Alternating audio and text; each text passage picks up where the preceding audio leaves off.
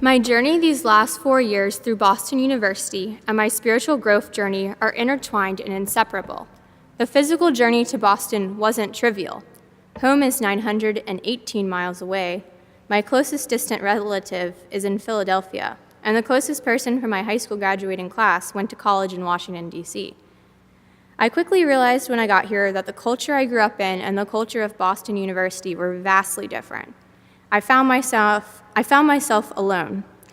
I knew regardless of where I went to college that I wanted to form my own religious affiliation now that I had left the private Presbyterian school I attended for 12 years.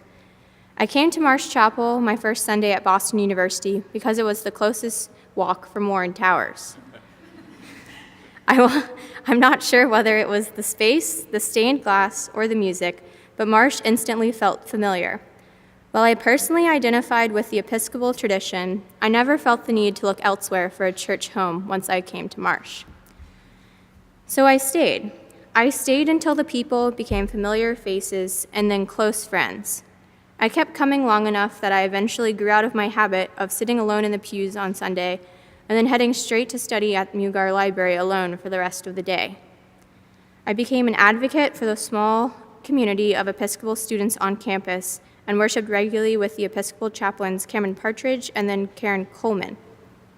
I began to look forward to the community dinners and even studying for finals because of the study retreats organized by Brother Larry. I found my community and my family, my home away from home. Now that I have attended my last community dinner and my last study retreat, I can look back on this whirlwind trip through Boston University. I can't imagine what my journey would have looked like without Marsh, as it was an integral part of every week I spent on campus. Once I paused to reflect a bit, I realized that God was behind all of this. God's Spirit is in this place, the people who fill it, and the sounds that resonate inside of it.